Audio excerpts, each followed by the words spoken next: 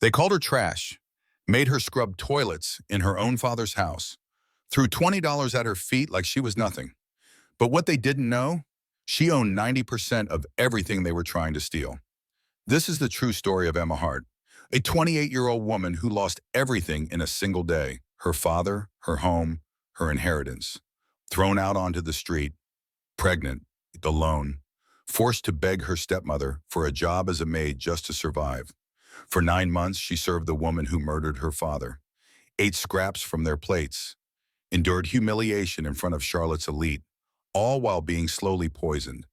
But here's what her stepmother Diane didn't know. Emma's father had set a trap, a $180 million trap. And Emma? She was gathering evidence, recording every confession, waiting for the perfect moment to destroy them all. One gala, 200 witnesses, and 60 seconds that would change everything. This is a story about betrayal, survival, and the kind of revenge that served ice cold. It's about a daughter who crawled through hell to honor her father's memory. And it's about discovering that sometimes the quietest person in the room is the most dangerous. Stay with me, because what happens next, you won't believe it. The champagne glass shattered at my feet, sending crystal shards across the marble ballroom floor like tiny diamonds. My stepmother Diane's laughter echoed through the crowd, that cruel, high-pitched sound I'd learned to hate over the past 9 months. "Clean it up, trash," she commanded, her voice dripping with satisfaction, loud enough for Charlotte's elite to hear. But what she didn't know, what none of them knew, was that in 60 seconds, they would discover the truth. I wasn't the maid. I owned everything, and I was about to destroy her world. Let me take you back to where this nightmare really began. 3 months before that gala, at my father's funeral. The rain fell hard that day, as if the sky itself was mourning. I stood by my father's grave at Elmwood Cemetery, numb, watching the coffin lower into the ground. Richard Hart, age 58, dead from what they called a heart attack. Sudden, unexpected, devastating. At 28 years old, I'd lost the only person who truly loved me. My hand rested on my stomach, 5 months pregnant, not showing yet under my loose black dress. I'd planned to tell him the news that weekend. Now he'd never know he was going to be a grandfather. I touched the gold locket around my neck, my mother's locket. She'd died when I was 7. Now both my parents were gone. Diane stood beside me in a $5,000 Chanel suit, sobbing dramatically into a monogrammed silk handkerchief. Her daughter Vanessa rubbed her back, whispering comfort. To everyone watching, they looked like the grieving widow and stepdaughter. But I saw something else. During the eulogy, Diane checked her phone. A text flashed on the screen. "It's done, papers are ready, meet me tonight. -DB. She caught me watching, gave me a cold smile, and put the phone away. Grace Thompson, our housekeeper for 20 years, squeezed my shoulder. "Your daddy loved you more than anything, baby girl. Don't you forget that, no matter what happens next." "What do you mean, Grace?" I asked. Before she could answer, Diane called out, "Emma, darling, ride with us. We need to discuss the arrangements." Something in my gut twisted. Something was very, very wrong. 1 week later, we gathered in the law office of Morrison and Associates for the reading of the will. The room smelled like old books and leather. I sat across from Diane and Vanessa. David Brennan, my father's business partner, was also present. Tall, charming, seemingly supportive. The attorney, Mr. Morrison, cleared his throat and began reading. "I, Richard Hart, being of sound mind and body, do hereby bequeath my entire estate, including 90% ownership of Hart and Home Incorporated, the family residence at 1847 Queens Road, and all financial assets held in trust, to my daughter, Emma Louise Hart." Complete silence. Diane's coffee cup slipped from her hand, hit the floor but didn't break, just rolled in a slow circle. "What?" she shrieked, jumping to her feet. Mr. Morrison continued calmly. "To my wife, Diane Hart, I leave the sum of $50,000 and the Mercedes she currently drives." 50,000. Diane's face went from white to red. "I was his wife. I took care of him for 2 years. I nursed him through his illness." Vanessa looked shocked but stayed quiet. I sat frozen, clutching my father's watch, the one the hospital had given me with his personal effects. I didn't know he was going to do this, I said quietly. You conniving little bitch, Diane hissed, pointing at me. You poisoned his mind against me, didn't you? After everything I did for that man. David Brennan stood. Diane, please. Let's all take a breath. Emma, did you know about this? No, I swear, Dad never said anything. Diane gave a bitter laugh. Of course not. Saint Emma can't even give her father a grandchild before he dies, but somehow she gets everything. My hand instinctively went to my stomach. I said nothing, protecting my secret. Mr. Morrison continued. The estate must go through probate, standard procedure, approximately 3 to 4 months. During that time, all assets are frozen. Diane's cold smile returned. 3 to 4 months. That's plenty of time to find the truth. Richard wasn't himself those last few months, making strange decisions. I'm sure there are debts, complications, things Emma doesn't know about. What are you talking about? I asked. You'll see, sweetheart. You'll see. She stormed out. Vanessa lingered at the door. I'm sorry, Vanessa said quietly. Mom's just upset. She'll calm down. Vanessa, do you know something I don't? She wouldn't meet my eyes. I have to go. I should have been more afraid. I should have seen what was coming. 3 days later, I came home from the doctor, 12-week prenatal checkup, baby healthy, I'd heard the heartbeat, and found the locks changed on my childhood home. I stood on the porch where my mother used to read me stories, where my father taught me to ride a bike, and my key didn't work.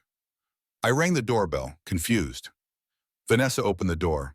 Behind her stood Diane, dressed in one of my father's expensive silk robes, holding a leather folder. 2 security guards flanked her, men I'd never seen before. Why doesn't my key work? I asked. Because of this, Diane said, opening the folder. She spread documents across the entryway table. Bank statements showing $4 million in business loans. Medical bills from a clinic I'd never heard of. Legal documents with my signature as co-guarantor. Your father had debts, Emma. Gambling debts. That's impossible. My father didn't gamble. Are you sure? Because these documents say otherwise. And look, that's your signature, guaranteeing repayment. I picked up the papers with shaking hands. I never signed these. This isn't even my handwriting. Are you calling your dead father a liar? These are legal documents, Emma, filed with the county, your signature, your responsibility. The security guard stepped forward. Ma'am, we need you to leave the property. Leave? This is my house. My father left it to me. Actually, it's in probate, Diane said coldly, which means it's part of the estate, which means it's collateral for these debts. Until this is resolved, I, as Richard's widow, maintain legal residence. You do not. You can't do this. You have 2 options. Sign over 80% of the company to me, and I'll forgive these debts. Or refuse, and watch your father's entire legacy get destroyed in bankruptcy court. His name will be dragged through every newspaper in North Carolina. Is that what you want? Those documents are fake. Would cost money, you don't have to prove it. I've frozen the trust, Emma. You're broke. Now you're going to leave. The guards grabbed my arms. Not rough, but firm. Wait, I need my things. Vanessa brought out a single suitcase. My clothes were just thrown in, wrinkled. Vanessa, please. We were friends once. You know this isn't right. Vanessa had tears in her eyes, but her voice was flat. I'm sorry, Emma. Diane pulled out her wallet, counted out bills, and threw them at my feet. Here's what trash like you deserves. $20. Don't spend it all in one place. The bills scattered on the marble floor, the same floor where my mother used to dance with me. Pick it up, Diane commanded. No, I said quietly. Then starve. Get her out of here. They escorted me to the driveway. The door slammed behind me. That night, I slept in my 10-year-old Honda Civic in a Walmart parking lot. It was 11 at night. I had nowhere to go. $247 in my checking account. The $20 from Diane still in my pocket. My hand went to my stomach. I'm so sorry, baby, I whispered. I don't know how to protect you. I tried calling my college roommate, voicemail. My cousin in Atlanta, phone disconnected. I had no one. I remembered my father's last words to me 3 days before he died. Charlie Bear, no matter what happens, remember, you're stronger than you think. And you're never alone. I made sure of that. But I am alone, Dad, I said to the empty car. I'm so alone. I cried myself to sleep in the driver's seat, parked under a streetlight, clutching my mother's locket. I dreamed of my mother that night. I was 7 years old again, and she was tucking me into bed. Mommy, what if something bad happens to you? Then you'll be brave, she said, brushing my hair. Just like the heart women have always been. We don't break, baby girl. We bend, but we don't break. The dream shifted. My father's voice. Charlie Bear, if something ever happens to me, if you're ever in trouble you can't handle alone, remember what your mother left you. It's more than just a locket. I woke with a gasp. Dawn was breaking. My neck hurt from sleeping at an awkward angle. I opened my mother's locket, looked at the photo inside. Me as a baby, cradled in her arms. More than just a locket. What did you mean, Dad? I examined it carefully. The back opened slightly. There was a hidden compartment I'd never known about. Inside, a tiny piece of paper with a phone number in my father's handwriting. And 2 words, Carolina bluebells, my mother's favorite flower. I needed a place to shower and change clothes. The YMCA let me use their facilities for $5. In the locker room, I overheard 2 women talking. Did you hear about the Hart scandal? Apparently Richard Hart was a gambling addict. I heard his daughter is broke, living in her car. Well, what did she expect? You can't just inherit millions without knowing how to manage it. I clutched my small bag of toiletries, fighting back tears. My phone rang. David Brennan. Emma, honey, I just heard what happened. Are you okay? David, I don't know what to do. Diane says Dad had gambling debts, but I know that's not true. You worked with him every day. You'd know if he had a problem, right? There was a long pause. Emma, I didn't want to tell you this, but your dad had been acting strange the last 6 months. Missing meetings, making odd financial decisions, withdrawing large sums of cash. No, there has to be an explanation. I thought it was stress, but now seeing these documents, Emma, I think he might have been hiding something. My dad wouldn't lie to me. Listen, why don't you come stay with Claire and me for a few days? We have a guest house behind our main property. You shouldn't have been throwing your air right now. I was desperate.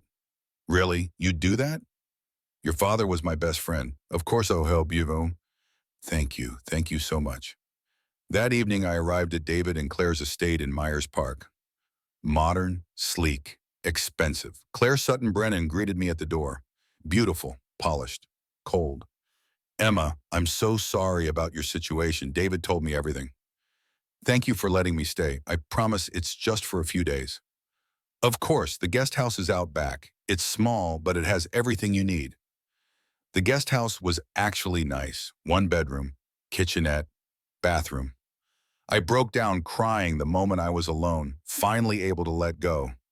I unpacked my single suitcase. Vanessa had only packed 3 outfits, no photos, none of my mother's things. This is my life now, I whispered to the empty room.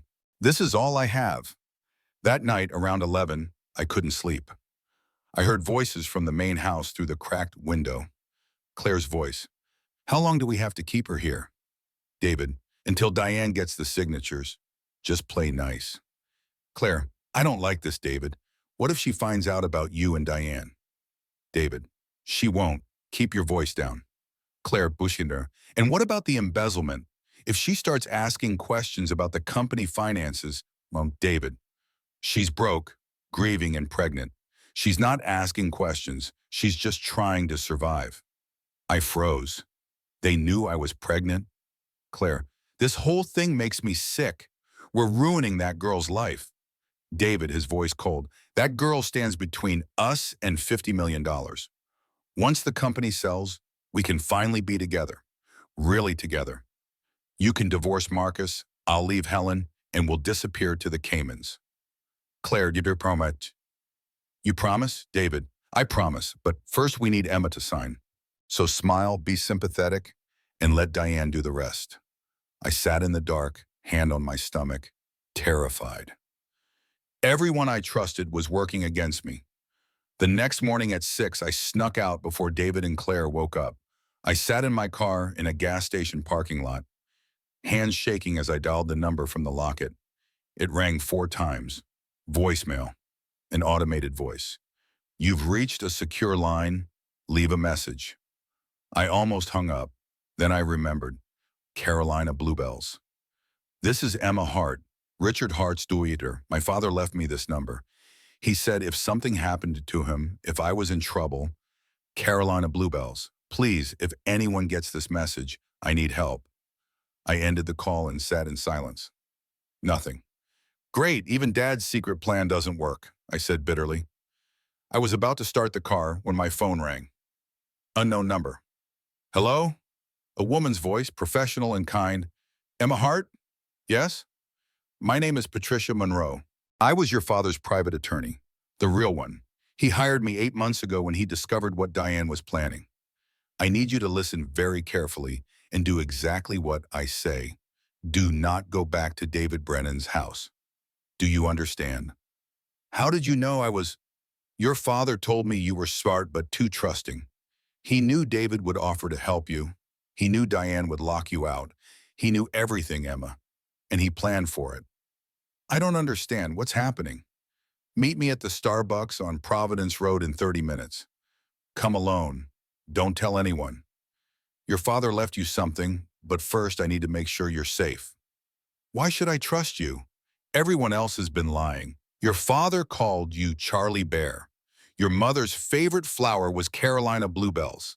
You have a birthmark on your left shoulder shaped like a heart, and you're 12 weeks pregnant with a girl. I gasped. How do you know that? Because your father knew, and he made me promise to protect you both. 30 minutes, Emma. Don't be late. I sat in a corner booth at Starbucks, nursing a decaf coffee I couldn't afford. Patricia Monroe walked in, 52, dressed in a sharp navy suit, carrying a leather briefcase. Professional but warm. Emma, you look just like Sarah. You knew my mother? I went to law school with her. Before she got sick. Your father reached out to me 8 months ago because he knew I'd do whatever it took to protect you. Because I loved your mother like a sister. Tears formed in my eyes. Everyone loved my mom. She was special. And so are you. Now I need to tell you things that are going to be hard to hear. Are you ready? I don't think I have a choice. Patricia opened her briefcase and pulled out medical reports. Your father was being poisoned, slowly, carefully over 6 months. Antifreeze, ethylene glycol, mixed into his coffee every morning. Small doses. It mimics heart disease, fatigue, confusion, organ failure. My hand went to my mouth. Oh my God. He went to the doctor for memory issues and fatigue. Private tests revealed the truth. But here's the thing, Emma. Your father was already dying. What? Stage 4 pancreatic cancer. Diagnosed 18 months before he met Diane. He had maybe 8 months left. He kept it secret because you were finishing your master's degree, and he didn't want to burden you. I sobbed. He was dying and he didn't tell me? Patricia took my hand. He wanted your last months with him to be happy, not overshadowed by death. So the cancer killed him? Not Diane? No, the cancer was slow. Diane's poison accelerated it. And when that wasn't fast enough, she caused the car accident. We have evidence now. Brake lines were cut. She murdered him, I whispered. Yes, but Emma, there's more. Diane isn't just a murderer. She's a serial killer. She's done this before twice. 2 previous husbands, both wealthy, both died under mysterious circumstances. And the police never caught her? She's careful, no evidence, no pattern. Different methods, different states. Your father figured it out when he started investigating her background. That's when he hired me. So we go to the police. Show them what you have. Patricia shook her head. We tried. Without a confession, without direct evidence, they can't touch her. That's why your father created a plan, and you're the key to it. She pulled out more documents. Blind trust paperwork, corporate structure charts, bank statements. The heart and home that Diane thinks she's stealing? It's worthless. A shell company. Your father moved all the real assets, the patents, the intellectual property, the real estate, the supplier contracts. into a blind trust 14 months ago. That trust activated the day he died. I don't understand. The company David Brennan co-owns, the one Diane is trying to sell, it's worth maybe $200,000 in office furniture in the Heart and Home name. That's it. The real Heart and Home, worth $180 million, is in a separate entity, and you, Emma Hart, own 90% of it. I stared at the documents. What? You're worth $162 million. You have been since the day your father died. Your trust not liquidated until probate closes, which happens in 2 weeks. But Diane said I was broke, that the trust was frozen. She froze the $5 million personal trust, your dad's checking accounts and personal savings. That's frozen during probate. But this trust, she tapped the document, this is protected. She doesn't even know it exists. My head spun. So I could just leave, take the money and disappear? You could, but Diane would never face justice. She'd do this again, to someone else's father, someone else's family. What are you asking me to do? Patricia leaned forward. Your father spent his last 3 months creating a trap. Diane thinks she's won. David thinks he's won. They're planning to sell the fake company to a weapons dealer named Leonard Cross. David's been embezzling from Heart and Home for years. Once the company is sold, they'll split the money and disappear. So we stop the sale. No, we let them think they're winning, and then we make them confess. On record, with witnesses. How? Patricia hesitated. You go back to them. You beg for mercy. You let them humiliate you. You work for them, serve them, let them think you're broken. And you record everything. You become their maid for 2 weeks until probate closes. You want me to go back to the woman who murdered my father? I want you to get justice, but Emma, there's something else you need to know. She opened another medical file. What? Fear gripped me. You've been feeling sick, right? Nausea, fatigue, dizzy spells. I'm pregnant. That's normal. It's not just pregnancy, Emma. We had your blood tested. From samples your doctor sent for prenatal screening. You're being poisoned too, the same way your father was. The world tilted. What? Diane's been putting small amounts of antifreeze in your food. She started 2 months ago when she suspected you might be pregnant. She wants you dead too. My hand went to my stomach, terrified. My baby. The baby is okay, Patricia said quickly. Pregnancy actually protects you. Your body is processing toxins differently, and the baby's absorbing some of it, which ironically is saving your life. But Emma, after you give birth, how long do I have? With treatment, you'll be fine.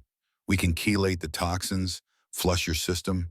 Without treatment, maybe 3 months after delivery. I whispered, she's trying to kill my baby. No, your baby is keeping you alive.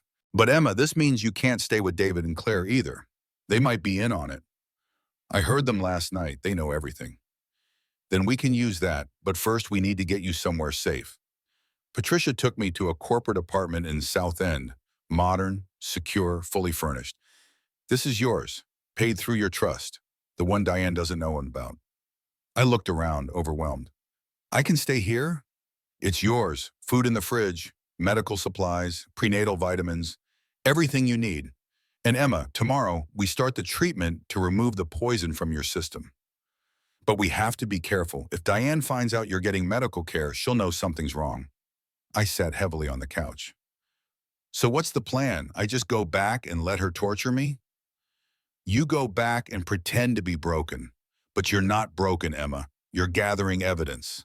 And in 2 weeks, when probate closes and the truth comes out, you'll have everything you need to put her in prison for life.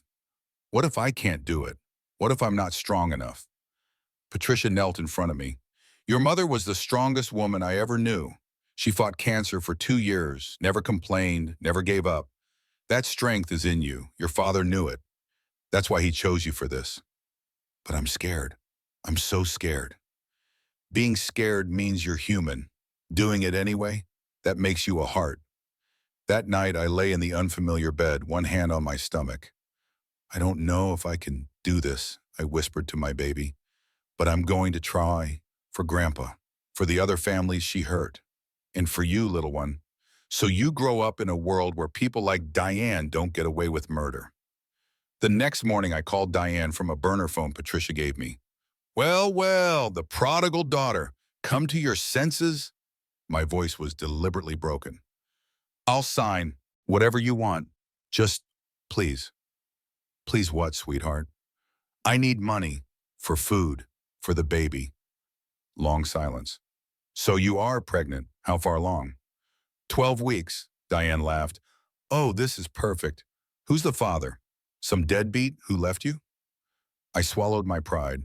I don't want to talk about it. Please, Diane, I just need help. I'll sign over the company. All of it. Just give me a mom. Anything. Minimum wage. I just need to survive. About? Doing what? I'll clean. Cook. Whatever you need, please. You want to be my maid? Is that what you're saying? I closed my eyes. Yes. Say it clearly. Tell me exactly what you're asking for. I'm asking to work for you, as your housekeeper, in my father's house. Diane laughed so hard she could barely speak. Oh, Emma, this is too good. Too perfect. You know what? I'll do it. You can work for me. Minimum wage, $7.25 an hour. You'll work 6 days a week, 8-hour shifts. And Emma, you'll call me ma'am every time you speak to me. Yes, ma'am. I didn't hear you. Louder. Yes, ma'am, a good girl. Now, there are conditions. You'll sign a contract that says you will never contest my ownership of heart and home. You'll acknowledge that you were mistaken about the will, that you understand your father's debts supersede any inheritance, and you'll agree that any breach of this contract results in immediate termination and a $1 million penalty you'll owe me. Do you understand? I understand. You start tomorrow, 6 a.m. Use the service entrance. And Emma, don't be late. Trash like you is easy to replace. She hung up. I sat in silence, then looked at Patricia, who'd been listening on speaker. That was perfect. She thinks she's won. I felt dead inside. She has won. You heard her? I'm nobody now. No, you're exactly where we need you to be, on the inside, recording everything. She handed me a small device, looked like a normal fitness tracker. This records continuously. Everything you see, everything you hear. And Emma, I know this is going to be hell. But remember, every day you survive is one day closer to justice. I looked at the device. My father died so I could have this evidence. I'm not going to waste his sacrifice. The next 14 days were the longest of my life. Day 1, I arrived at the service entrance at 5:55. Diane made me wait outside until exactly 6. You're early. I don't pay for early. She handed me a gray maid's uniform, cheap, ill-fitting. Bathroom's there, change. And Emma, fix your hair. You look like trash. I changed in the bathroom that used to be the powder room where my mother taught me to wash my hands properly. Now it was where I transformed into the help. Week 1, I was 13 weeks pregnant, not showing yet. I scrubbed toilets, mopped floors, washed windows. My body, already weak from the poison, found every task exhausting. Vanessa watched from doorways, guilt on her face, but said nothing. One afternoon, Diane inspected my work. You missed a spot. Do it again. Yes, ma'am. And Emma, smile when you say it. You're grateful for this job, remember? I smiled. It felt like my face was cracking. Week 2, I was 14 weeks, starting to show slightly. Diane hosted a dinner party. 8 guests, Charlotte's elite, people who knew my father. A woman asked Diane, "Is that Richard's daughter?" Diane spoke loud enough for everyone to hear. Oh, yes. Poor thing couldn't manage the inheritance. Gambling debts, you know, we kept her on out of pity. She's quite good with the mop. Laughter around the table. My hands shook as I poured wine. I spilled a drop on the tablecloth. Careful, Diane snapped. God, she's useless. Clean that up. I knelt to blot it. I'm sorry, ma'am. A guest whispered to her husband. How sad. Richard must be rolling in his grave. Week 3, Vanessa's friends visited for brunch. 4 young women in designer clothes, trust fund brats who'd never worked a day in their lives. One said deliberately loud, "So this is the maid you were telling me about, the one who used to be rich?" Vanessa looked uncomfortable. Guys, don't. Another friend accidentally knocked her mimosa over. Glass shattered. Orange juice and champagne soaked my uniform. Oops, so sorry. Clean it up? I got on hands and knees picking up glass shards. Yes, ma'am. One girl took photos. This is going on Instagram. How the mighty have fallen. Vanessa stood abruptly. Stop it, just stop. Diane entered. Problem, ladies? Mom, they're being cruel. They're being honest. Emma, when you're done cleaning that up, there's vomit in the guest bathroom. Apparently someone can't hold their liquor. Week 5. I was 17 weeks, clearly pregnant now. Grace, our former housekeeper, tried to visit. She brought me food secretly. In the kitchen whispering, baby girl, you shouldn't be doing this. You're pregnant. You need rest. I'm fine, Grace. I promise. This ain't right. Your daddy would be heartbroken seeing you like this. Diane appeared in the doorway. Grace, what are you doing in my house? Mrs. Hart, I just came to… To what? Undermine my authority? Emma works for me now, and I don't need you poisoning her mind against me. Get out. I've known this family for 20 years, and now you know them for 0. Security! Grace was escorted out. She looked back at me, heartbroken. Diane turned to me. Let that be a lesson. No one helps trash. You're alone here, completely alone. I believed her. In that moment, I truly believed I was alone. Week 7, 19 weeks pregnant, showing significantly. I ate dinner alone in the kitchen after serving Diane and Vanessa. My meal was leftover scraps from their plates. Vanessa walked in and caught me. Emma, what are you doing? Eating dinner. That's our leftovers. Your mother doesn't let me take food from the refrigerator. This is what I get. Tears formed in Vanessa's eyes. This is wrong. This is so wrong. Then stop it. I can't. You don't understand. My mom, she'll what, Vanessa? Hurt you? She murdered my father. What do you think she'll do to me? Vanessa backed away. I'm sorry. I'm so sorry. She left. I continued eating, silent tears running down my face. Week 10, 22 weeks pregnant, baby moving. I was cleaning the master bedroom, my father's bedroom, where Diane now slept. I found photos of my father shoved in a drawer, face down. I picked one up, Dad smiling, healthy, at my college graduation. I'm sorry, Daddy, I whispered. I'm so sorry you're not here. The baby kicked for the first time. I gasped, hand on my stomach. Hi, baby girl. Hi. I promise I'm going to give you a better life than this. I promise. Diane's voice from the doorway. Talking to yourself? First sign of insanity. Week 12, 24 weeks pregnant. Diane hosted a charity gala at the house. 50 guests. I worked a 14-hour shift, setting up, serving, cleaning. At 10 at night, I was visibly exhausted, pregnant belly large under the uniform. A kind older woman said, Sweetheart, shouldn't you be resting? You're pregnant. I'm fine, thank you. Diane swooped in. Oh, don't have to worry about her. She's grateful for the work. Aren't you, Emma? Yes, ma'am. The woman looked concerned. But surely she should… Diane addressed the whole room. Let me tell you about Emma. This is my late husband's daughter. Richard left her everything, the company, the house, millions of dollars. And what did she do? Gambled it away, made terrible decisions. Now she's pregnant. No father in the picture, of course. And begging for work. I keep her on out of the goodness of my heart. Because that's what Christians do, right? We help the less fortunate. Murmurs of approval from guests. How charitable of you, Diane.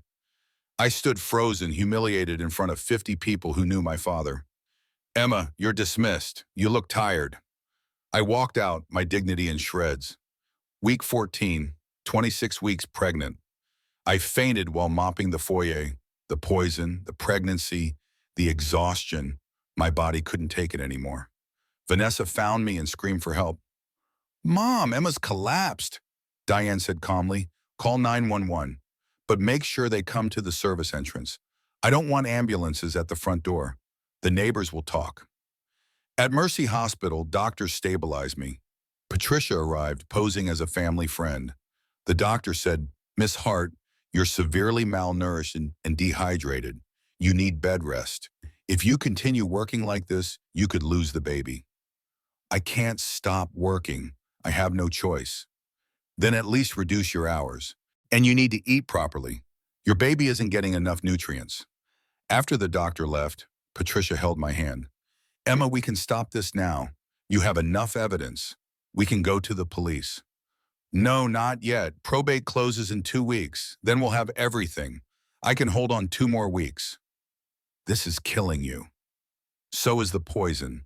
At least this way, I'm choosing to fight. That evening, back at the apartment, I sat on the edge of my bed, looking at the ultrasound photo from the hospital. My baby girl, profile clear, thumb in her mouth. I opened my mother's locket, looked at the old photo. Mom, I don't know if I can do this anymore. Every day is harder. Every day I see Dad's house, his things, and she's there, living his life like she didn't kill him. I touch my belly, but I have to keep going, because if I don't, she wins. And everyone she hurt, Dad, the other men she killed, their families, they never get justice. I pulled out a small notebook and wrote, Day 98, baby is healthy, I am not. But I'm close, just 2 more weeks. 2 more weeks and this nightmare ends. Hold on, Charlie Bear, hold on. 1 week later, day 104, 27 weeks pregnant. My shift ended at 7, but Diane made me stay late to clean up after another dinner party. It was now 10:30 at night. I walked to my car in the dark driveway, carrying a trash bag to the bins. I was crying, silent, exhausted tears. A black Mercedes pulled up beside me. The window rolled down. A man's voice. Emma Hart? I startled, wiping tears. Who are you? He got out of the car, early 30s, kind eyes, strong build.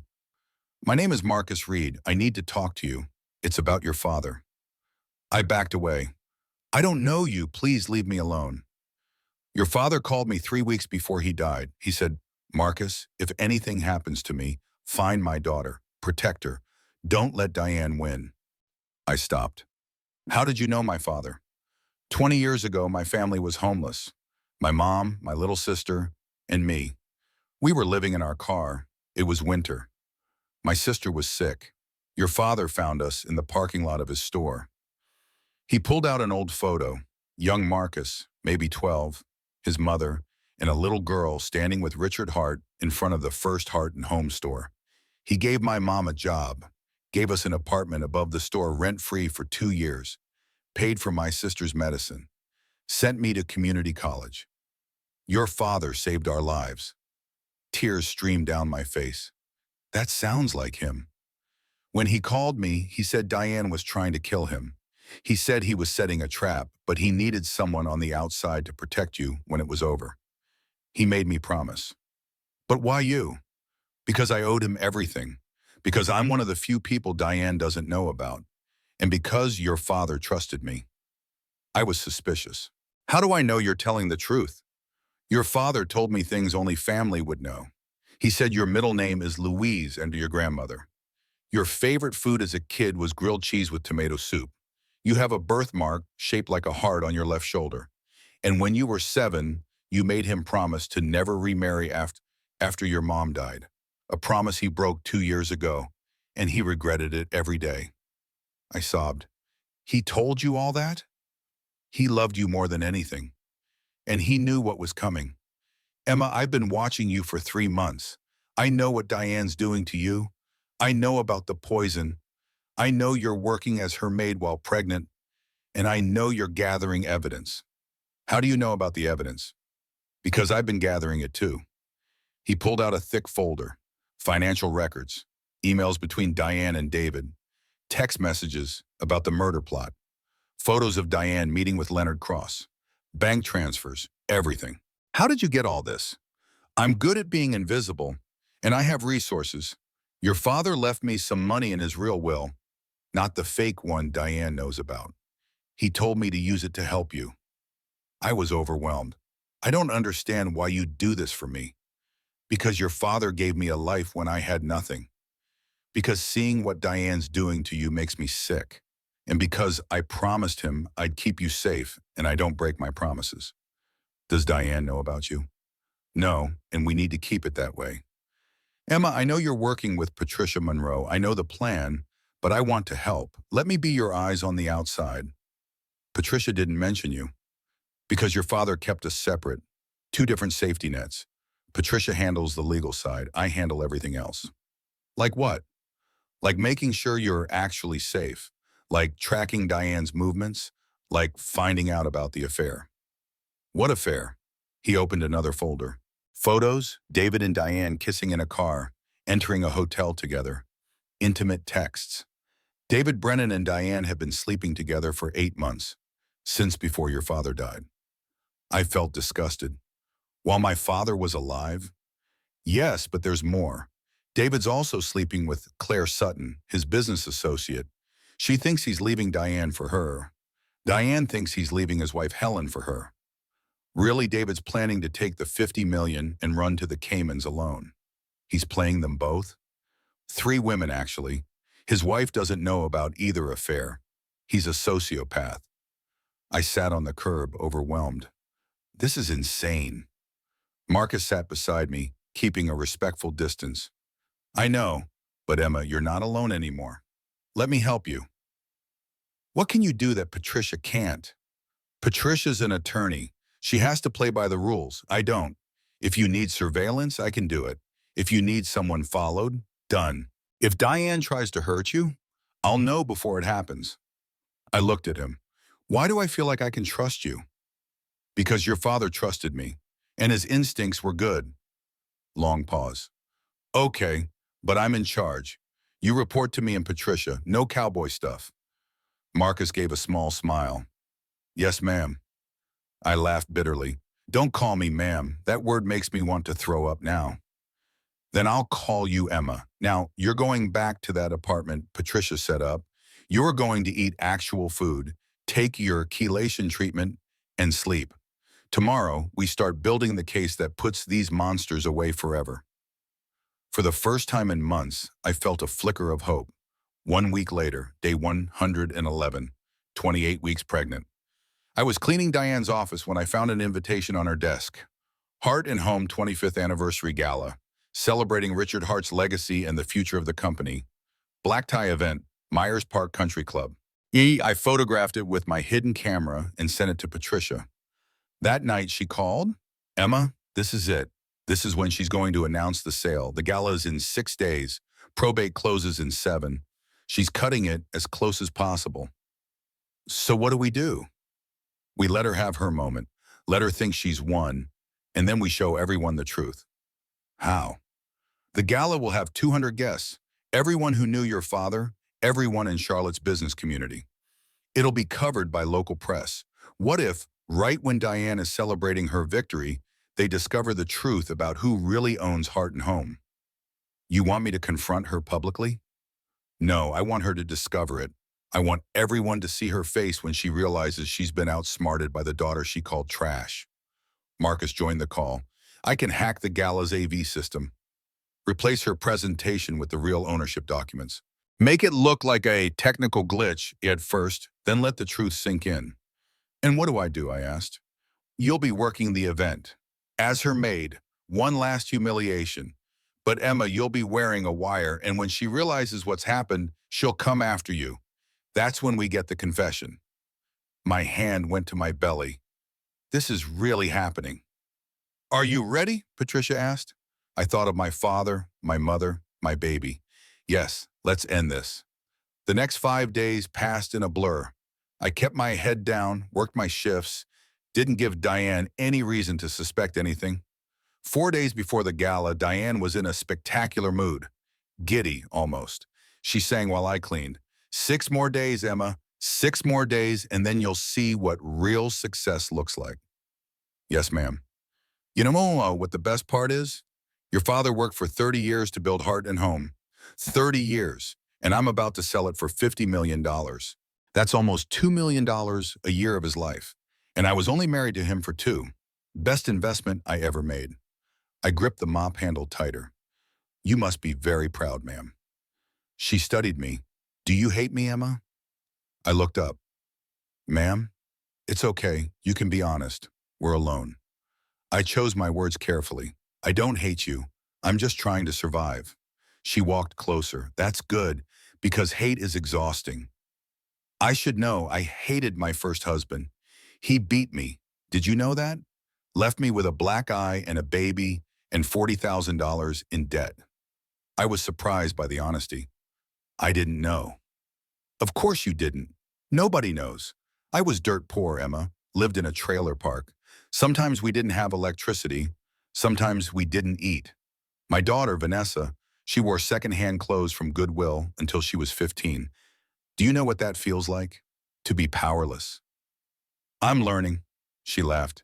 Yes, I suppose you are. See, Emma, the difference between you and me is that when I lost everything, I decided never again. I would do whatever it took to never be poor again. Even murder?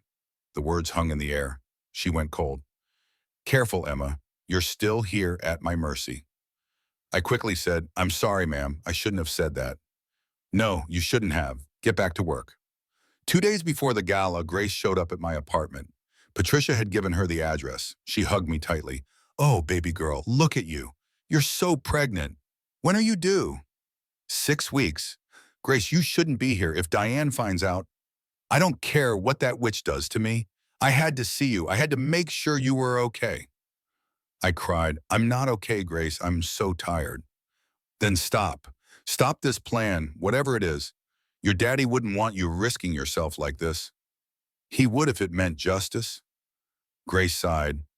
You're just like him, stubborn, brave, foolish. She pulled out an envelope. I came to give you this. I should have given it to you months ago, but I was scared. What is it? The night before your daddy died, I saw something. I was doing laundry late, couldn't sleep. I saw Diane in the kitchen. She was putting something in his coffee mug, the blue one he always used. I leaned forward, intense. Did you see what it was? A liquid, clear, from a little bottle she kept in her purse. And Emma, she was smiling. Not like she was doing something sneaky, like she was enjoying it. Will you testify, tell the police what you saw? I already wrote it all down, signed affidavit, notarized. It's in that envelope. I was too scared before, but not anymore. That woman needs to pay for what she done. I hugged her. Thank you, Grace. Thank you. You be careful at that gala, you hear me? Don't you trust her for 1 second. The night of the gala arrived. Myers Park Country Club, black tie event, 200 guests. Press, photographers, local news crew. The ballroom was decorated beautifully. Photos of my father through the years, heart and home's history displayed on elegant boards. I arrived at 4 in the afternoon. The event started at 7 to set up. I wore the same gray maid uniform, now tight across my 8-month pregnant belly. I met Marcus in the service hallway. You're wearing the wire? I showed him the device hidden under my uniform, and a backup, and Patricia has a third one in my apron pocket. I've hacked the AV system. When I activate it, the screens will show the real ownership documents. Emma, are you sure about this? I've never been more sure of anything. He took my hand. Your father would be proud. Then let's make sure I survive to tell my daughter about it. At 7, guests arrived. Diane made a grand entrance in a blood-red designer gown, emerald jewelry dripping from her neck and wrists. She looked like royalty. Vanessa walked beside her in silver, looking nervous. David Brennan and his wife Helen arrived. Claire Sutton arrived separately, pretending not to know them. The 3 conspirators exchanged glances across the room. They thought they'd won. I served champagne, invisible in my gray uniform, heavily pregnant. People looked through me, not at me. One guest said to his wife, not bothering to lower his voice, "Is that the maid pregnant? How tacky." Another replied, "I heard she used to be Richard's daughter. Gambling problem. So sad." I kept my head down, kept serving. At 8, the lights dimmed. Diane took the stage. The screen behind her showed, "Heart and Home, a Legacy of Excellence." She spoke into the microphone, voice trembling with fake emotion. "Good evening, everyone. Thank you for coming tonight to celebrate my late husband, Richard Hart's incredible legacy." Applause. 25 years ago, Richard opened the first Heart and Home store with a simple dream: to make every house feel like home. Tonight we celebrate not just his past achievements, but the exciting future ahead. More applause. I stood in the back watching. Richard taught me that success means knowing when to build and when to let go. That's why tonight, I'm honored to announce that Heart and Home will be joining the Crosstech family of companies. Leonard Cross, would you please stand? A man in his 60s stood, Leonard Cross, arms dealer disguised as tech entrepreneur. This merger will take Heart and Home into the future. Technology integration, national expansion, unprecedented growth. Richard would be so proud. The guests murmured approval. Wonderful news. What a legacy.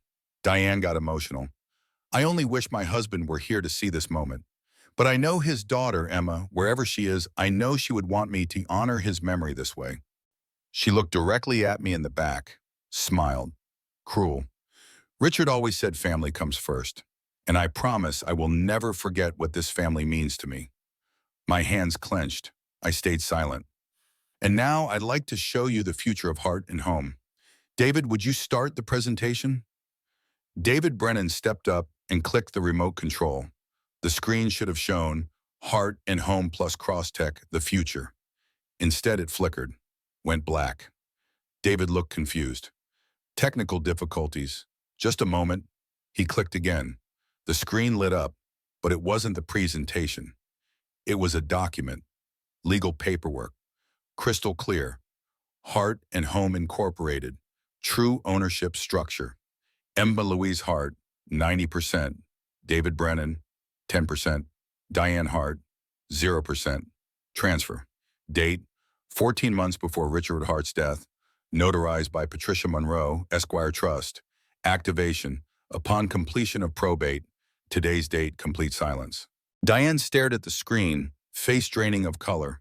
This is some kind of mistake. Turn that off. David, turn that off. David frantically clicked the remote. Nothing happened. The screen changed again. More documents. Richard Hart's True Will medical examiner's report showing poisoning bank transfers between Diane and David. Photos of Diane and David together. Intimate text messages about waiting for Richard to die. Gasps from the crowd.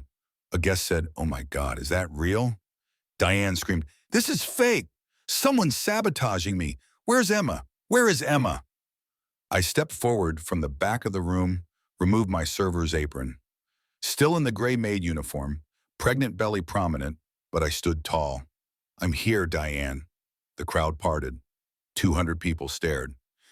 Diane pointed at me, shaking.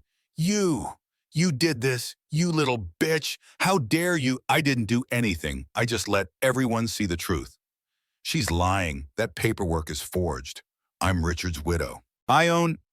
Patricia Monroe stepped forward from the crowd. You own nothing, Mrs. Hart. I'm Patricia Monroe, Richard Hart's attorney. Those documents are authentic. Emma Hart is and has been the majority owner of Heart and Home since her father's death.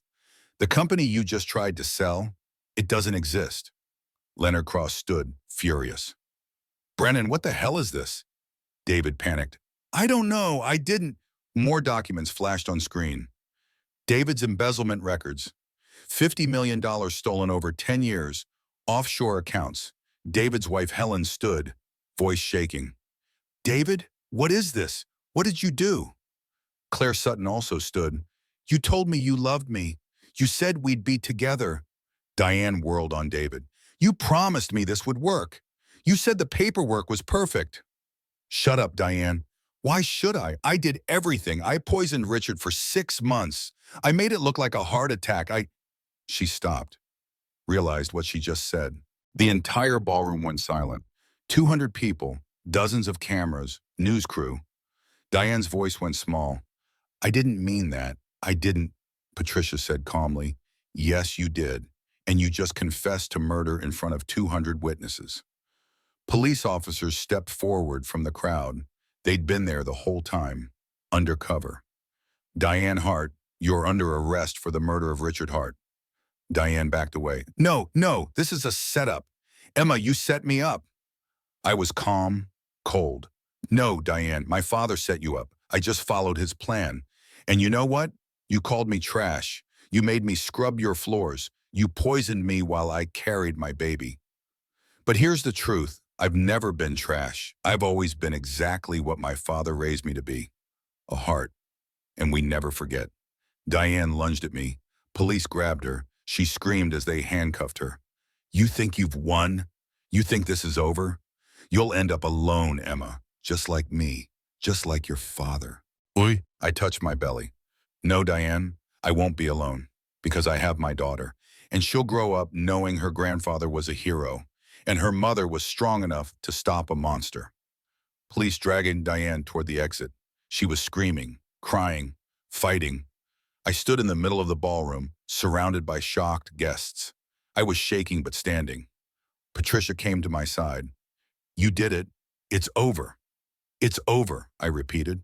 Applause started, slowly at first, then building. 200 people applauding me. I smiled through tears, and then David Brennan stepped forward from where police were standing. Actually, Emma, it's not over. He pulled out documents from his jacket. Officers, I'm cooperating fully. I'll testify against Diane. But there's something Miss Hart doesn't know. My heart sank. What are you talking about? David showed documents to Patricia. 18 months ago, Richard Hart borrowed $50 million from me personally to expand the business. This loan is secured against his shares of Hart and Home. Unless Emma pays me back, with interest, that's $58 million, by midnight tonight, I seize 60% of her shares as collateral. Patricia took the documents, her face falling. Oh my God. That's impossible, I said. My father would never. But he did, signed and notarized. It's completely legal. And Emma, you're broke. You've been working as a maid for minimum wage. You can't even afford a lawyer. You certainly can't pay me $58 million. Patricia checked the paperwork. This is a legitimate secured debt. Emma, if you don't pay by midnight, he gets the shares. He gets a control of the company. Leonard Cross was smiling now. And I have an agreement with Mr. Brennan. The moment he owns those shares, he sells them to me for $60 million, which means I get the company anyway. My world spun. No, this can't. David addressed the crowd. I'm sorry, everyone, but business is business. Emma might own the company on paper, but by midnight tonight, she won't. And unlike Diane, my paperwork is real. Richard owed me. Now Emma owes me. It's simple mathematics. Diane, still handcuffed, laughed hysterically. Yes, David, you beautiful bastard. You beautiful bastard. I turned to Patricia. Tell me there's a way out of this. Tell me we can fight this. Patricia was pale. Not in 7 hours, Emma. I'm sorry. This debt is legal, enforceable. If you can't pay, then I lose everything. My legs gave out. I collapsed. Marcus ran from the back. Emma, I was on the floor, breathing hard. The baby. Something's wrong. Something's wrong with the baby. Contractions. I was going into labor. Call an ambulance, Marcus shouted to the crowd. No, I gasped. It's too early. I'm only 36 weeks. It's going to be okay.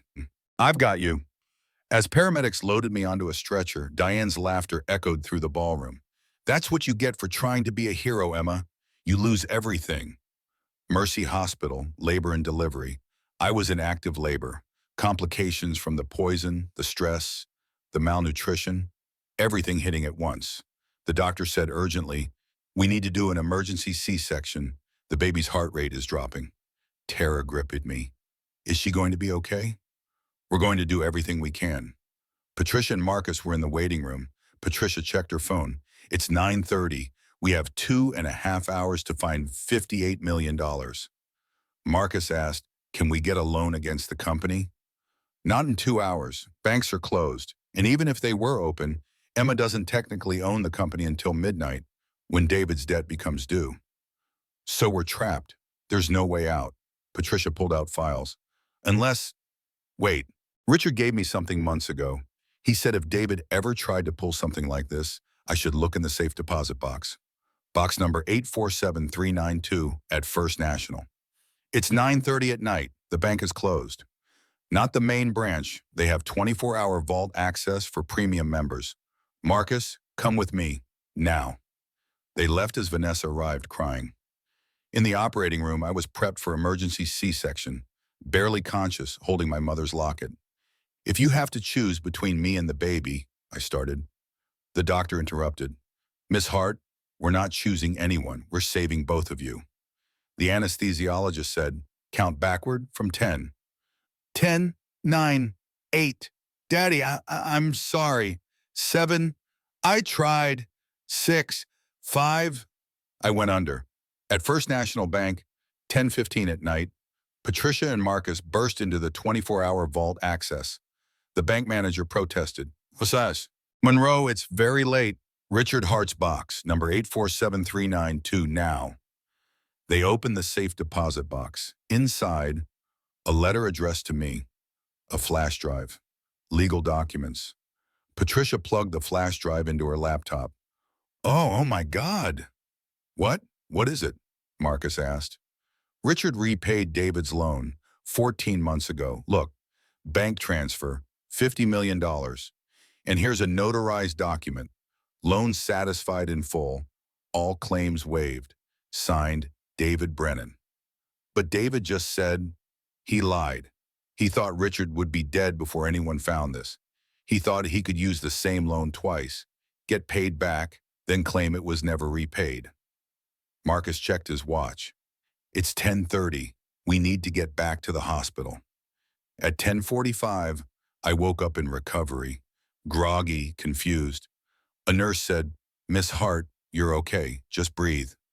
My baby. Where's my baby? The doctor entered with a small bundle. She's right here, 6 pounds, 3 ounces. Perfectly healthy. A fighter just like her mama. They placed the baby in my arms. I burst into tears. Hi, baby girl. Hi. I'm your mommy. I'm so sorry I couldn't protect you better. The baby opened her eyes and looked at me. You're perfect. You're so perfect. Vanessa appeared in the doorway. Emma? Vanessa? She approached carefully. Can I come in? I nodded. Vanessa looked at the baby and started crying. She's beautiful. Emma, I'm so sorry. I should have stopped my mother years ago. It's not too late to do the right thing. I know, that's why I'm here. She pulled out her phone and showed me a recording. This is from last week. My mom and David talking in her bedroom. I recorded it. On the recording, Diane's voice. Are you sure the loan document will hold up? David's voice. Of course. Richard signed it. Even if he paid it back, there's no proof. I destroyed those records. Diane. And Claire helped? David. Claire notarized the original loan. She doesn't know I'm claiming it was never repaid. By the time anyone figures it out, we'll be in the Caymans. Vanessa said to me, I'll testify. I'll tell the police everything. Just please don't hate me forever. I looked at my baby, then at Vanessa. I don't hate you. I pity you. You lost your mother to greed. But Vanessa, you can choose to be better than her. She cried. I want to be. I want to be so much better. But then alarms blared. My vitals crashed. A nurse panicked. She's coding. Get a crash cart. The doctor shouted. The poison. Her liver is shutting down. She's in acute failure. I managed weakly. My baby. Take my baby. Vanessa grabbed the baby. I've got her. I've got her. Doctors flooded the room and pushed Vanessa out. I flatlined. The steady tone of the heart monitor filled the air. Vanessa stood in the hallway holding baby Caroline, sobbing. At 11:15, Patricia and Marcus arrived back at the hospital and burst into the ICU. Where's Emma? Marcus demanded. A nurse said, she's in cardiac arrest. They're trying to revive her now. Are you family? Yes, Marcus said without hesitation. We're her family. Not yet. The doctors are still working. They sat in the waiting room. Marcus put his head in his hands. She can't die, not after everything. Not after she won. Patricia said firmly, she's a heart. Hearts don't break. At 11:42, the doctor emerged exhausted. We got her back. She's stable. But it was close, very close. The chelation we did earlier probably saved her life. If she'd had any more poison in her system, we wouldn't have been able to revive her. Marcus cried with relief. Can we see her? 5 minutes. She needs rest. They entered the room. I was pale, tubes and wires everywhere, but my eyes were open. My voice was hoarse. My baby? She's perfect. Vanessa's with her. I tried to sit up. What time is it? Marcus checked his watch. 11:44. Emma, you need to rest. The debt. David's debt. I lose the company in 16 minutes. Patricia pulled out documents. No, you don't. Emma, your father repaid that loan 14 months ago. He set a trap. David's claim is fraud. Tears of relief. Dad knew. He knew David would try this. We have the proof, and Vanessa gave us a recording of Diane and David admitting the whole scheme. Emma, you won. Really won. David's going to prison for fraud. Diane's going to prison for murder. Leonard Cross is being arrested by the FBI right now. It's over. It's really over? Marcus squeezed my hand. It's really over. I closed my eyes, tears streaming down my face. At 11:59, Patricia's phone rang. Her assistant. Patricia, the probate judge just ruled. At midnight, the trust activates. Emma Hart is officially the sole owner of Hart and Home. Patricia said to me, the company is yours.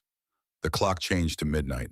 Emma Louise Hart, 28 years old, exhausted, poisoned, just gave birth, but alive, was now worth $180 million.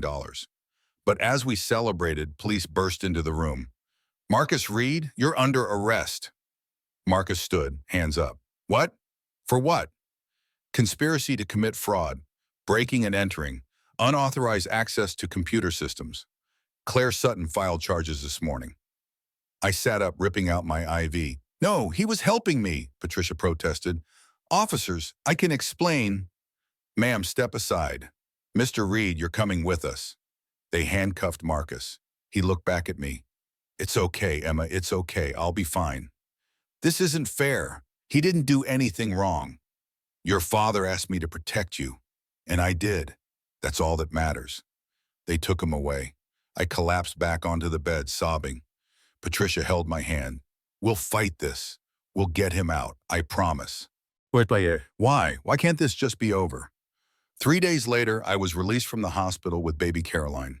Patricia drove us to a safe apartment. News played on the radio. Diane Hart was denied bail and remains in custody, facing first-degree murder charges. David Brennan is also in custody on fraud and conspiracy charges. His wife, Helen Brennan, filed for divorce yesterday. And in a related development, Marcus Reed, arrested as an accomplice, remains in jail pending hearing. How is this possible, I asked. Marcus saved me. He saved my baby. Claire Sutton is desperate. She's trying to make a deal with prosecutors, immunity in exchange for testimony. She's blaming Marcus for everything. Can we fight it? I'm working on it. But Emma, it might take months, maybe longer. I looked at baby Caroline sleeping in her car seat. He protected us. Now I have to protect him. 1 week later, I met with the FBI.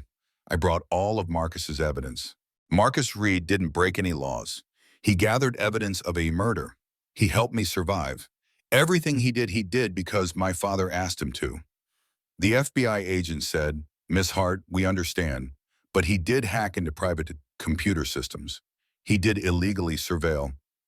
He stopped a serial killer. Diane Hart murdered at least 3 men. Marcus prevented her from killing me too. Isn't that worth something?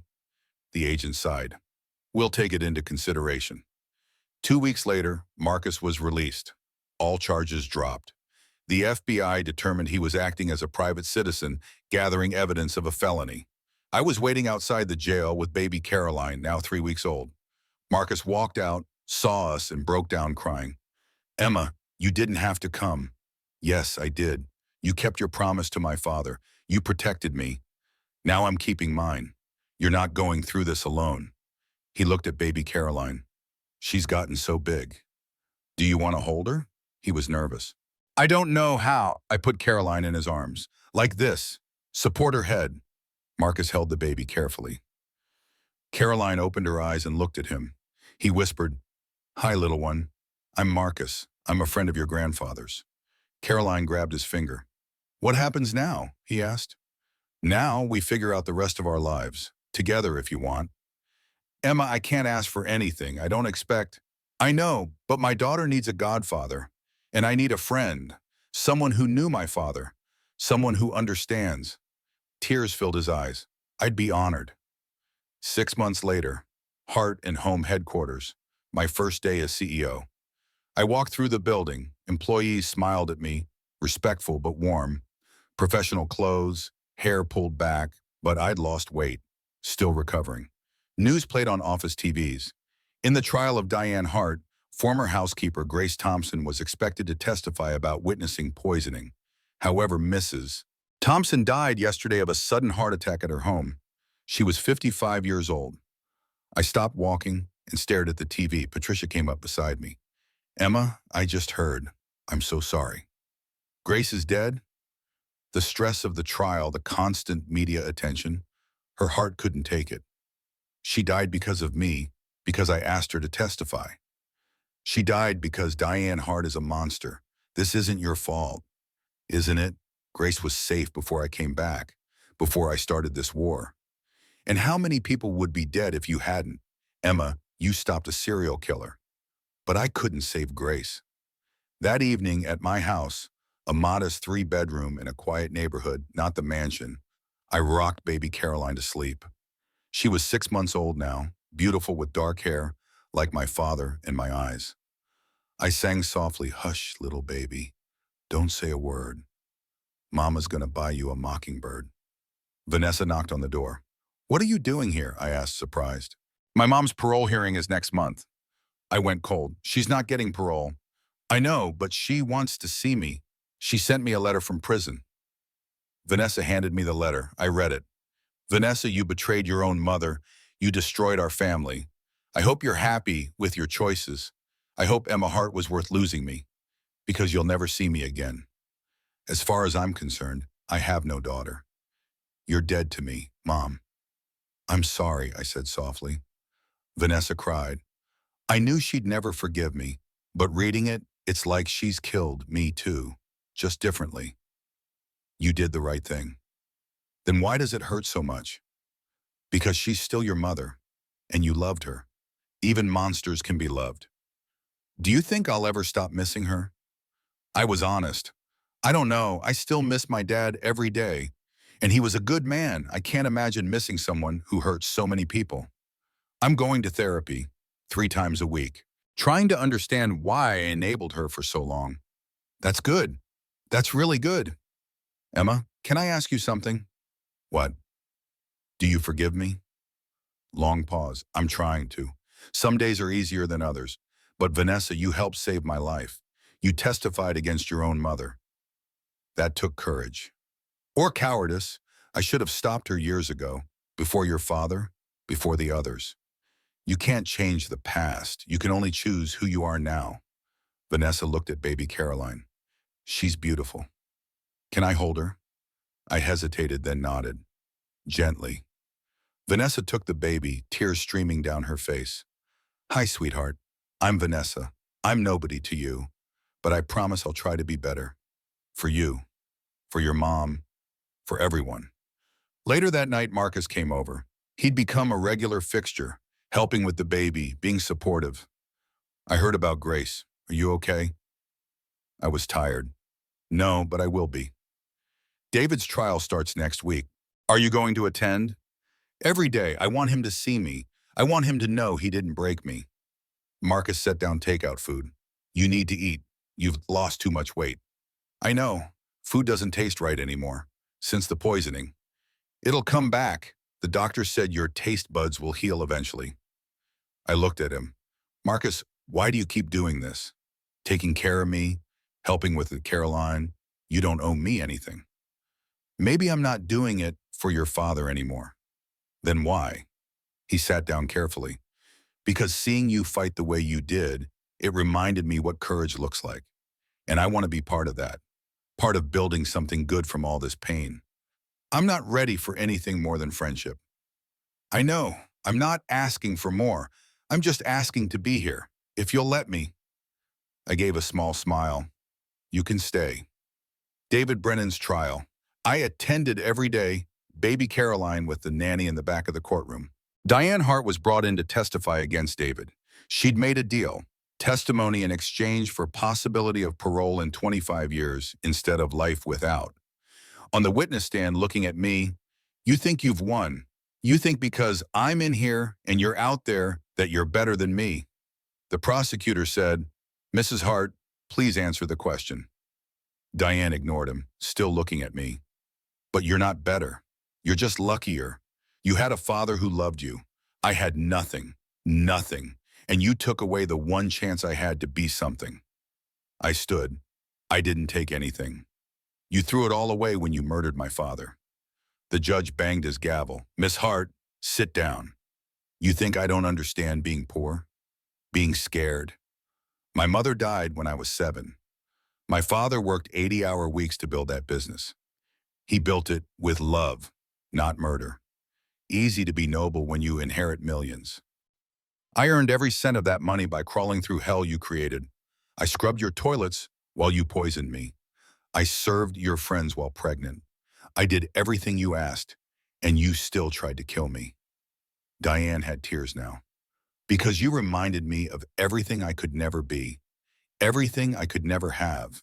You were loved, Emma, truly loved, and I hated you for it. That's the difference between us, Diane. When I lost everything, I fought to get it back the right way. You just killed anyone in your path." She whispered, "I know, and I'll die in prison knowing that. But you'll die alone too, Emma, because no one will ever love you the way your father did. And you'll spend your whole life trying to fill that hole. You're wrong. I have my daughter. I have people who care about me. And I have something you'll never have. Peace." Diane gave a bitter laugh. "Peace? You think this is peace? Waking up every day knowing that people died because of what you did? Grace is dead, Emma, because of you, because you made her testify." My voice shook. "Grace died because she was brave, because she stood up to you. Don't you dare put that on me. See, you're just like me after all, justifying the casualties, telling yourself it was worth it." The judge banged his gavel. "That's enough. Bailiff, remove the witness." As Diane was escorted out, she looked back one last time.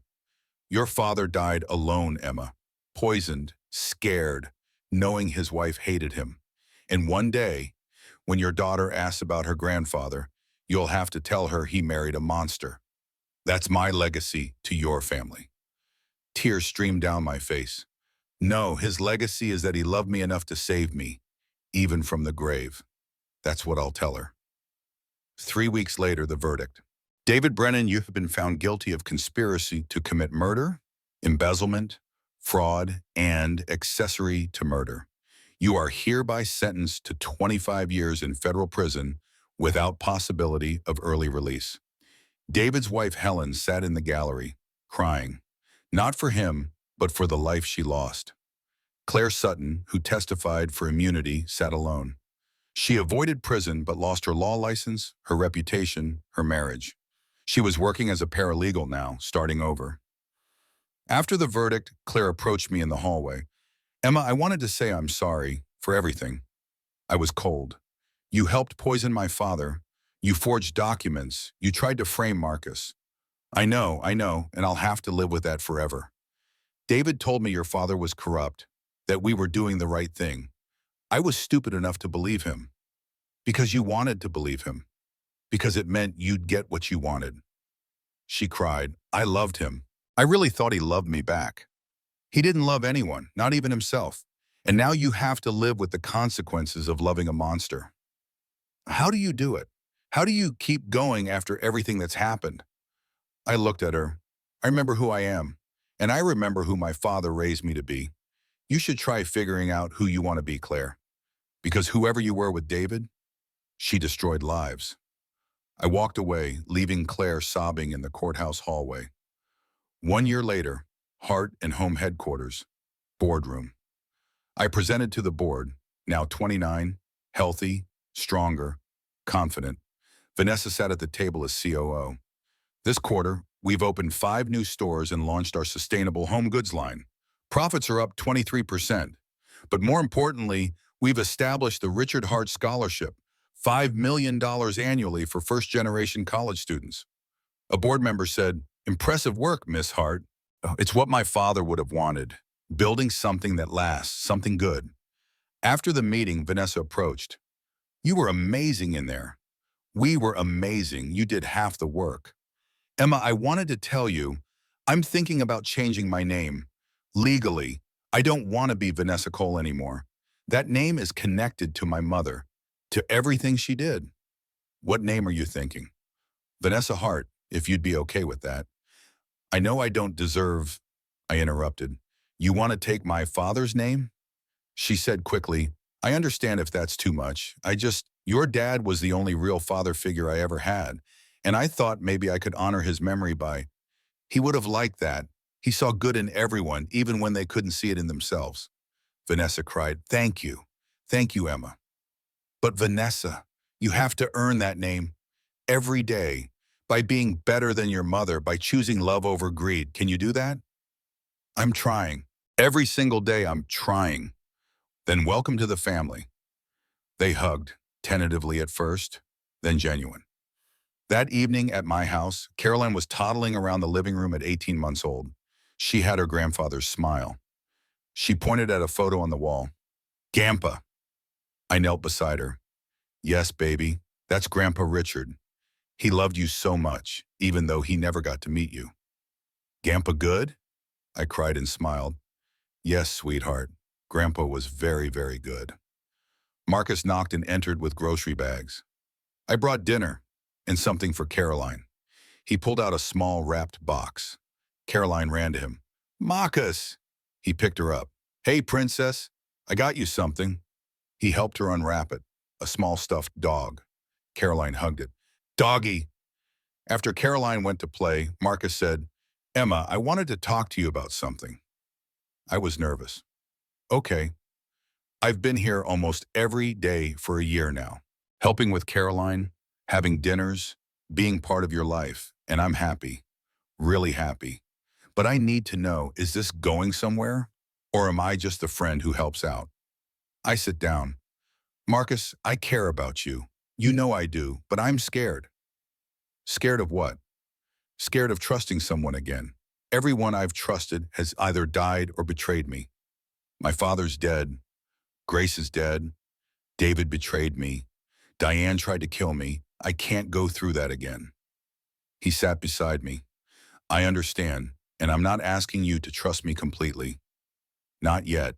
I'm just asking you to let me keep showing up. Let me prove I'm not going anywhere. Tears formed. What if I can't love you the way you deserve? What if I'm too broken? Then we'll be broken together. Emma, I'm not asking for perfect. I'm asking for real. I looked at him. I'm not ready for anything official, but I'm not ready either. Does that make sense? He smiled. It makes perfect sense. We'll take it slow as you need. You're really okay with that? Your father asked me to protect you, but somewhere along the way, I stopped doing it for him. I started doing it because I wanted to, because you're the strongest, bravest person I've ever met, and I'd wait forever if that's what it took. I laughed through tears. You're such a sap. I know. It's embarrassing. They sat together watching Caroline play. Not quite a couple, but not just friends either. Something in between. Something healing. Late afternoon at Elmwood Cemetery. I stood at 3 graves, my mother Sarah's, my father Richard's, and Grace Thompson's. I placed flowers on all 3. To my mother's grave, hi Mom, I wish you were here. You would have loved Caroline. She has Dad's smile, but your eyes. Everyone says so. I touched the headstone. I found what you left me. In the locket, the key to the safe deposit box. Inside was your wedding ring. I wear it now. I showed my right hand.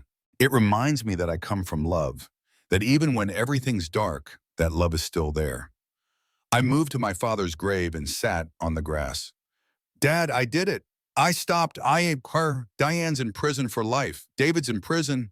The company is thriving. Caroline is healthy and happy. I kept my promise. My voice broke. But I'm so tired, Daddy. Every day is hard. Every decision feels impossible. I keep thinking about what you'd do, what advice you'd give, and I miss you so much it physically hurts. I pulled out the letter from the safe deposit box and read it aloud. My dearest Charlie Bear, if you're reading this, I'm gone. And I'm so sorry I couldn't stay longer. I wanted to walk you down the aisle someday. I wanted to meet my grandchildren. I wanted so many more years with you. But I've learned that life isn't measured in years, it's measured in love. And sweetheart, you have been the greatest love of my life. From the moment you were born, you were my purpose, my joy, my reason to be better. Your mother and I talked before she died about what kind of person we wanted you to become. We didn't want you to be rich or famous or powerful. We wanted you to be kind, to be brave, to stand up for what's right, even when it costs you everything. And you are all of those things, my darling girl. You always have been. I know by now you've learned about Diane, about what she did, and I know you've probably blamed yourself, wondered if you could have stopped it, if you should have seen the signs. But Charlie, this is not your fault. Evil people exist. They charm, they manipulate, they destroy, and even the smartest, most careful people can fall for them. I fell for Diane because I was lonely, because I missed your mother so much it hurt to breathe. And Diane promised to fill that hole. But no one can replace your mother. No one will ever come close. What I'm trying to say is, don't let what happened to me make you afraid to love. Don't let Diane's poison infect your heart the way it infected my body, because that's how she really wins. Not by killing us, but by killing our ability to trust, to hope, to connect. You will love again, Charlie. You'll let someone in. And when you do, remember, your mother and I raised you to recognize goodness. Trust your instincts. Trust your heart. I've left you everything I could: money, the company, legal protection. But the most important thing I'm leaving you is this: you are enough, just as you are. You don't have to earn love. You don't have to prove your worth. You are inherently, fundamentally, and absolutely enough. Be happy, my darling girl. Build a beautiful life. Raise your children with joy. And know that wherever I am, I'm watching over you, always. I love you beyond measure, beyond time, beyond death itself. Forever your devoted father, Dad. P.S. Your mother wanted me to tell you something if I ever couldn't. She made me promise. So here it is. Charlie, you are my greatest creation, my proudest achievement. And when you look at your own children someday, you'll understand. There is no love fiercer than a parent's love. Nothing can break it. Not distance, not time, not even death. We are with you always, always. I cried so hard I could barely speak. I understand now, Mama. I look at Caroline and I'd burn the whole world down to protect her. I'd do anything, everything, just like you did for me. I wiped my tears, stood, and placed my hand on my father's headstone. Thank you, Daddy, for everything, for the plea on, for Marcus, for believing I was strong enough to finish this. I couldn't have done it without you. I moved to Grace's grave. Grace, I'm so sorry. You deserve so many more years. You deserve to see Caroline grow up. But I promise I'll tell her about you, about how you were there when no one else was, about how you were brave when it mattered most. I'll make sure she knows. Behind me, a voice. I thought I'd find you here. I turned. Marcus. How did you know? Because it's what I do. Visit the people who matter. He walked up beside me. Are you okay? Yeah, I think I finally am. It's been a year, and I think I'm finally starting to heal. Good, you deserve peace. Marcus, I've been thinking about what you said, about taking it slow, about letting you prove you're not going anywhere. And I took his hand, and I think maybe I'm ready to try. Not jump in, not rush, but try. Real and slow and honest. He smiled. I can do real and slow and honest. But because Caroline needs stability, and I need someone who sees me, the real me, not the heiress, not the survivor, just Emma. I've always seen just Emma, from the first moment in that parking lot. They stood together at the graves, hands linked, watching the sunset. Do you think they'd approve, my parents, of you? Your father knew about me. He asked me to protect you. Maybe he hoped it would turn into this. Yeah, maybe he did. He was always 10 steps ahead of everyone. Like father, like daughter. I laughed. Come on, let's go home. Caroline's probably driving the babysitter crazy. As we walked away, I looked back one last time. I love you, all of you, and I'm going to be okay. I promise. Carolyn's second birthday party. The house was full of people.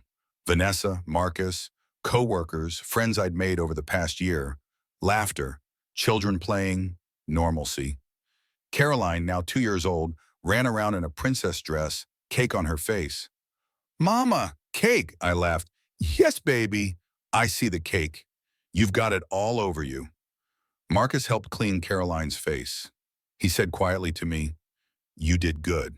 This is exactly what your father would have wanted. A chaotic house full of sugar-high toddlers? A family. Love. Joy. Life. Well, Vanessa brought over a present. This is from me. I hope it's okay. I opened it, a photo album. On the cover, the Hart family legacy.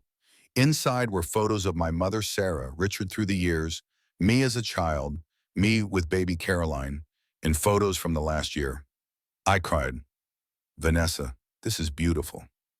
I thought Caroline should know her history, the good parts, not just the pain. Thank you, really.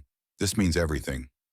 As the party wound down, I sat in Caroline's nursery, rocking her to sleep. I opened my mother's locket. Inside, the baby photo of myself with my mother. But I'd added something new. A tiny photo of Caroline. 4 generations in one locket. I whispered to sleeping Caroline, your great-grandma Sarah was brave. Your grandpa Richard was kind. And your mama? She's still figuring it out. But I promise you something, baby girl. You will always be safe, always be loved, and you'll never doubt that you matter. Caroline, sleepy.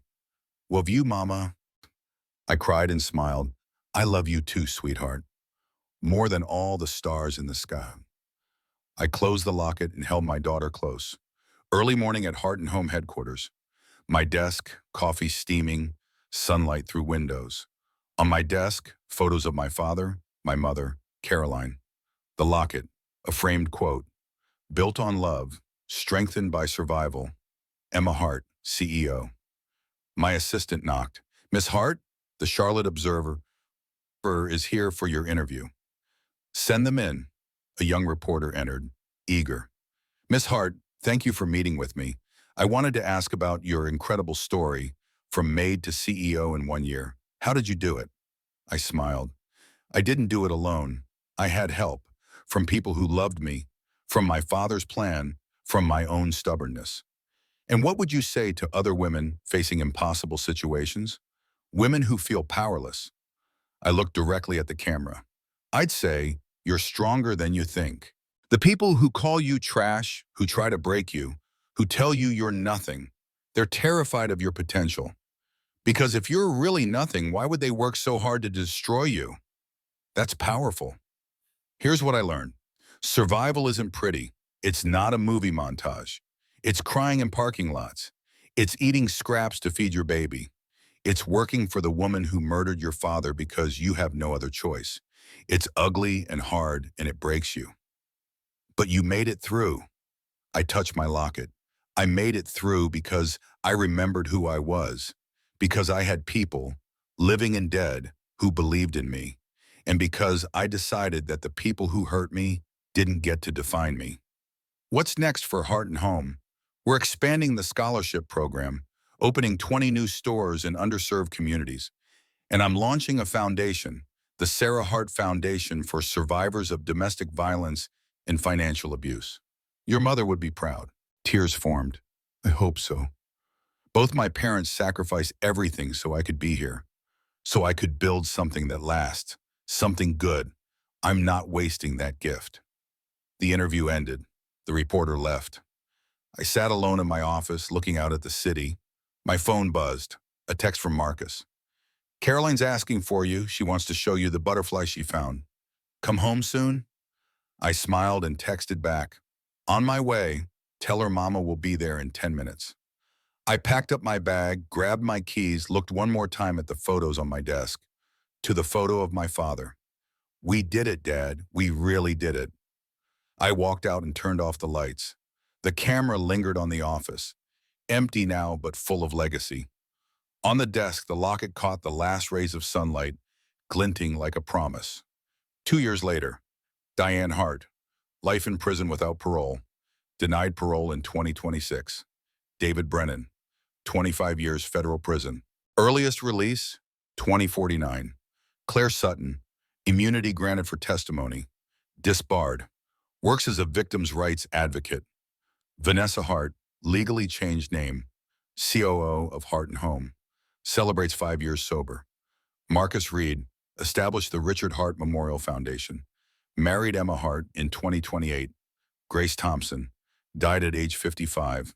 The Grace Thompson Scholarship Fund has helped 147 students attend college. Martin. Hart Reed, rebuilt Heart and Home to $400 million valuation. Operated 63 stores. Established at multiple charitable foundations. Had second daughter in 2029. Caroline Grace Hart, now 5 years old, loves butterflies, books, and asking questions. Starting kindergarten in fall. Heart and Home now employs 2,000 people across the Southeast. The Richard Hart Scholarship has awarded $25 million to first-generation college students. The Sarah Hart Foundation has helped 1,200 survivors of domestic violence. Emma never returned to live in her childhood home. She donated it to become a transitional housing facility for women escaping abuse. She still wears her mother's locket every day. They called me trash. They tried to break me. They took almost everything, but they couldn't take what mattered. My father's love, my mother's legacy, my daughter's future. I'm not the same girl who scrubbed floors and ate scraps. I'm not the naive daughter who trusted too easily. I'm a mother. I'm a CEO. I'm a survivor. But more than that, I'm someone who learned that strength isn't about never breaking. It's about choosing to heal, choosing to trust again, choosing to build something beautiful from the ashes. Grace died. My father died. So many people were hurt by Diane's greed. But they didn't die for nothing. Because now I live for all of them. I raised my daughter with the love my parents gave me. I run the company with the integrity my father built it on. I give second chances because Vanessa taught me that people can change. And I let Marcus love me. Not because I'm fixed, but because I'm finally brave enough to be broken in front of someone. The Hart women don't break. My mother told me that when I was little. She was wrong. We do break. We shatter into a million pieces. But then we put ourselves back together, and we're stronger for it. That's the real Hart legacy. Not wealth, not power, not revenge, resilience, love, and the courage to keep going when everything tells you to stop.